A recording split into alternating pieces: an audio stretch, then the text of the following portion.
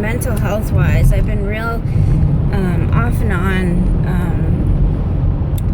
Depression wise, I have seasonal kind of depression symptoms. Not like I'm sad about anything, but for some reason I have really low vitamin D all year. I have a deficiency in that area where my vitamin D has been as low as 3 and as high as 13, and it's supposed to be I believe between 50 and 80 for someone my body type or whatever, and the highest I've been able to get it is 13, and apparently vitamin D affects something to do with your serotonin and dopamine, those chemicals in your brain that make you have symptoms of depression, like being tired all the time. And for me, it's been horrible tiredness. Sometimes I could sleep for days, only waking up for like an hour or two. It's really awful. I've tried different medications. I even tried modafinil. It's a medication that they use for like people who do different like overnight shifts, and they have to sleep during the day and stay awake all night long. It's for like, when you have to do that and switch back and forth, so it keeps you awake. And it did nothing for me. It literally, I slept on it. So yeah, apparently my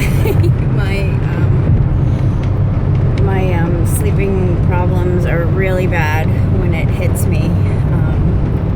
Lethargy or whatever you call it. Fatigue syndrome or something like that. But and it's like I have like a week or so when I'm able to kind of be somewhat normal, and I have to get everything done during that like brief awake time.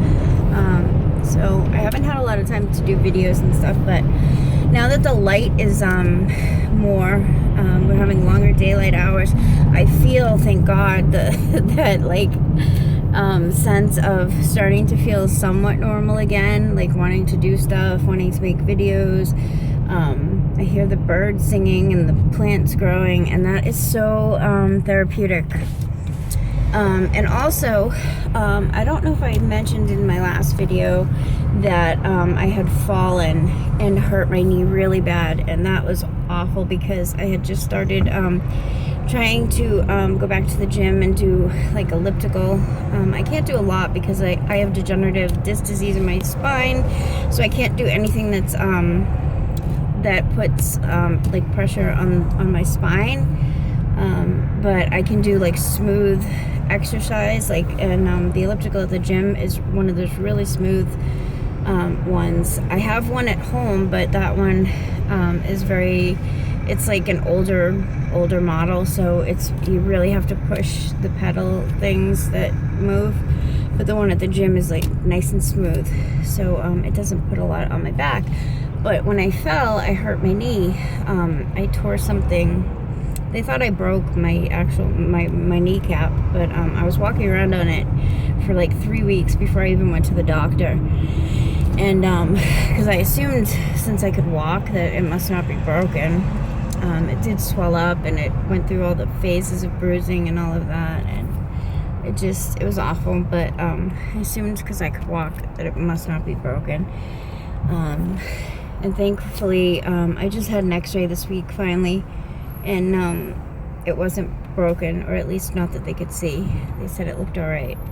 But I had some cortisone injections done, and they tried to get some of the fluid out, but apparently the way it was, the swelling or something, or the ligaments were blocking, so they couldn't even get the fluid out. So I still have water in my knee, but hopefully it should absorb again. They gave me a special wrapping thing to put around it. But anyway, that's what's been going on with me. I have to go back and see an orthopedic surgeon again in a few weeks, but they think hopefully it should eventually heal on its own, which is good, because I lost my health insurance like right as this happened. I fell, and then like a couple days after I had fallen, that's when the health insurance all got canceled.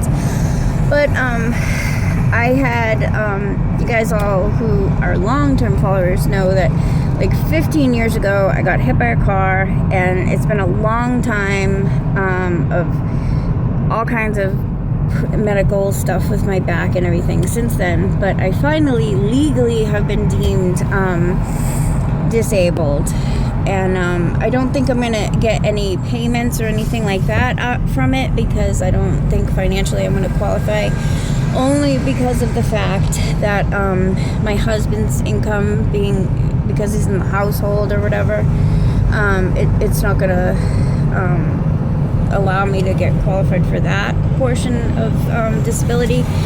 But now that I have that status as disabled, if I were to want to go live on my own, I would have priority. I could get housing, I could get food stamps, I will be covered under Medicare or Medicaid, I forget which one's which, but that is what I really wanted, was to have that kind of coverage, because it's been a nightmare. You guys, from when I started to attempt to get a divorce a couple years back, 2012 I think, and living on my own with almost no income. All I had was like $200 a week in child support and trying to pay rent and all that. So I was like in such an impossible situation when you're disabled and it's not a visible thing where you're maimed or something. Sometimes people look at you differently, like they think you're just being a wuss about it, or you're being lazy. It's a huge thing with a lot of people who I've met who have similar arthritis throughout their whole bodies, or similar degenerative things where it's happening on the inside but your outside looks normal. And because people don't see a cast or some deformity that they can get an idea about, they tend to view things, especially mental illness. Mental illness is a huge one where people are disabled. They're hugely disabled with mental illnesses, but because it's not something that is visible on the outside. I know just a little bit that I have when I get severely depressed, how disabling that actually is. Some people just roll their eyes and they think it's all in your head. They say it's all in your head, just get over it. It's not. Actual depression isn't like you're being sad over something that happened. Clinical depression is just, it's something within your brain that you don't have. It's not like you can just I will make another video later. I'm in traffic now, so I will be at home showing you for prepping for the spring. I have a lot of stuff that I've been saving over the winter to use now.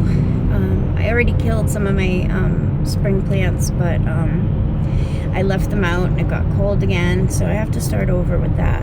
But I'll be making some videos showing you some new spices and new seeds that I've been using in my practice as well as cooking.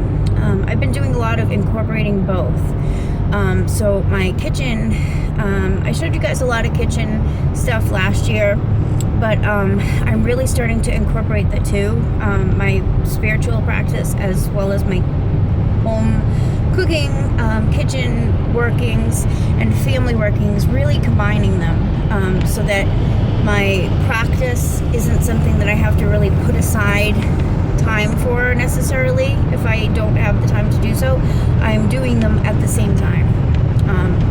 I mean, certainly I do things just, for my spirituality, separate, separate meditation times, prayer times, stuff like that.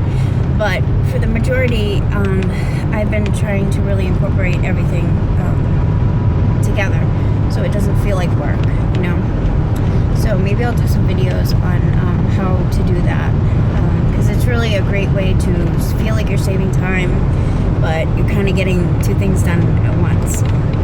So enjoy the springtime, leave me comments, and blessed be. Bye.